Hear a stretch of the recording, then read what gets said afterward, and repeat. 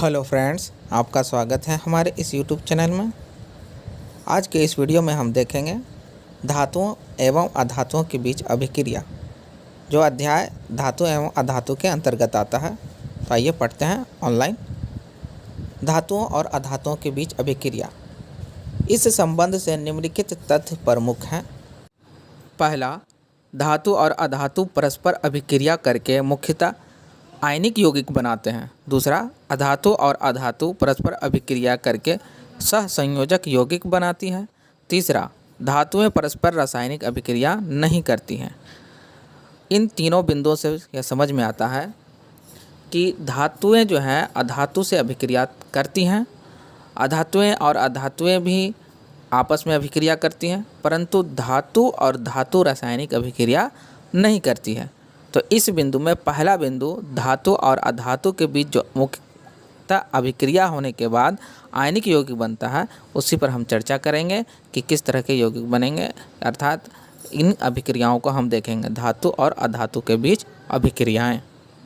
अब हम विचार करेंगे कि धातुओं और अधातुओं के बीच पारस्परिक अभिक्रियाएं कैसी होती हैं। हम लोग जानते हैं कि दो या अधिक सदृश या अदृश्य परमाणुओं के संयोग से अणु का निर्माण होता है। सदृश परमाणुओं से बने अणु तात्विक अणु कहलाते हैं, यथा H2, O2, Cl2, O3, P4, S8 आदि। इस प्रकार हमने देखा कि जब दो एक ही जैसे परमाणु अर्थात सदृश परमाणु हाइड्रोजन और हाइड्रोजन के परमाणु मिलते हैं तो एक H2 अणु का निर्माण करते हैं, हाइड्रोजन गैस के अणु का निर्माण करते हैं। तो ये तात्विक अणु होते हैं। और यदि अलग अलग परमाणु होते हैं, जैसे पोटेशियम और क्लोरीन के अलग अलग परमाणु मिलकर के एक KCl अणु का निर्माण करते हैं, तो ये यौगिक अणु कहलाते हैं। दो असदृश परमाणु के संयोग से बने अणु यौगिक अणु कहलाते हैं, यथा KCl, MgCl2, CO2, CH4 आदि। हम लोग यह भी पढ़ चुके हैं कि विभिन्न तत्वों की परमाणु संख्याएं एवं इलेक्ट्रॉनिक विन्यास भिन्न भिन्न होते हैं। तत्वों के गुण उनके परमाणुओं के इलेक्ट्रॉनिक विन्यास पर निर्भर करते हैं। कुछ तत्व अन्य तत्वों की अपेक्षा अधिक क्रियाशील होते हैं और इनमें यौगिक बनाने की क्षमता होती है। और उत्कृष्ट गैसें जैसे helium, neon, argon, krypton, xenon और रेडॉन एकदम अक्रियाशील होती हैं और ये यौगिक नहीं बना सकती हैं, ये अस्थायी होती हैं। अब प्रश्न उठता है कि उत्कृष्ट गैसें अन्य तत्वों की भांति क्यों नहीं यौगिक बना पाती हैं। इस प्रश्न का उत्तर जानने के लिए उत्कृष्ट गैसों के परमाणुओं एवं अन्य तत्वों के परमाणुओं के इलेक्ट्रॉनिक विन्यास पर विचार करना आवश्यक है।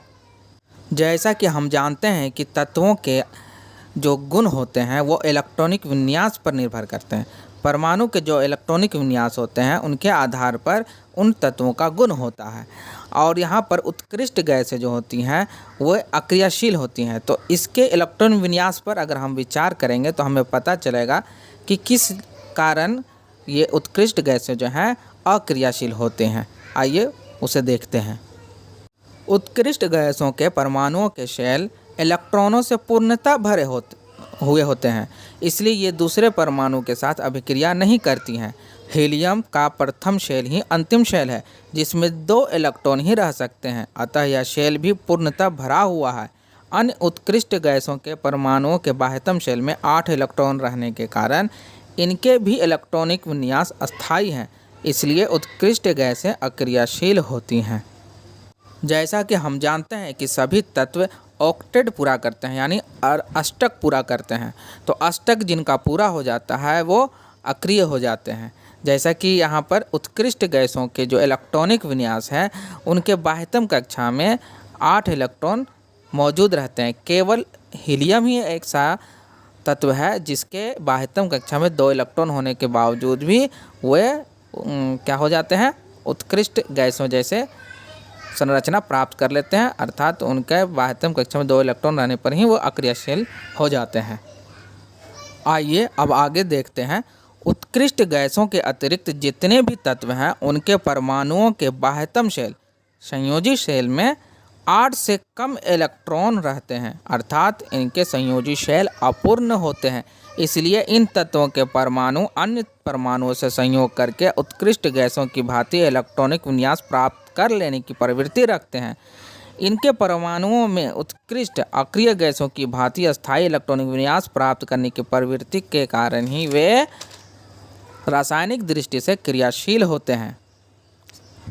इन परमाणुओं में अपने इलेक्ट्रॉनों को इस प्रकार से व्यवस्थित करने की प्रवृत्ति होती है कि इनके बाह्यतम शेल में इलेक्ट्रॉनों की संख्या 8 हो जाए। इसे अष्टक नियम कहते हैं। रासायनिक अभिक्रिया से इसी अष्टक को प्राप्त करने के लिए ही परमाणु इलेक्ट्रॉन का त्याग या उन्हें प्राप्त करता है। इस तरह से हमने देखा कि जो तत्व अपने अष्टक अर्थात उनके बाह्यतम शेल में इलेक्ट्रॉनिक संख्या 8 नहीं होती है, वे अपना अष्टक पूरा करना चाहते हैं। इस नियम को अष्टक का नियम कहते हैं, अष्टक नियम कहते हैं, ऑक्टेट रूल कहते हैं। हम जानते हैं कि अक्रिय गैसों के अतिरिक्त जितने भी तत्व हैं उनके अष्टक पूरे नहीं होते हैं। उनके बाह्यतम शेल में 8 इलेक्ट्रॉन नहीं होते हैं, 8 से कम इलेक्ट्रॉन होते हैं, जिस कारण से वह अष्टक बनाने के नियम को फॉलो करते हैं और अष्टक बनाते हैं, जिससे वे क्रियाशील हो जाते हैं।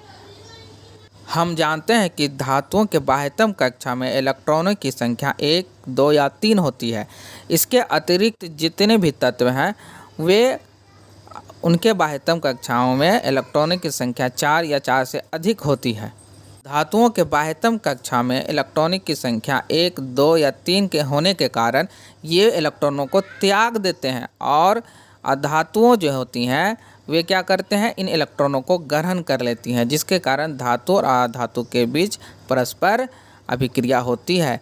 यह इलेक्ट्रॉनों के ट्रांसफ़र पे होता है, इलेक्ट्रॉनों के स्थानांतरण के कारण होता है, जिसके कारण आयनिक यौगिक बनती है। आगे के कक्षाओं में हम आयनिक यौगिक के बारे में भी अच्छे से पढ़ेंगे। आइए देखते हैं एक धातु और एक अधातु के बीच अभिक्रिया किस प्रकार से होती है। इसके लिए हम सोडियम धातु लेते हैं और एक अधातु क्लोरीन लेते हैं। सोडियम एक इलेक्ट्रॉन का त्याग करता है, जैसा कि आप यहाँ पर देख रहे हैं, और क्लोरीन एक इलेक्ट्रॉन को ग्रहण करता है, जैसा कि आप स्क्रीन पर देख रहे हैं। इसके बाद ये दोनों मिलकर के एक अणु का निर्माण करते हैं और यह अणु NaCl का होता है, अर्थात सोडियम क्लोराइड का, जिसे हम साधारण नमक के नाम से भी जानते हैं।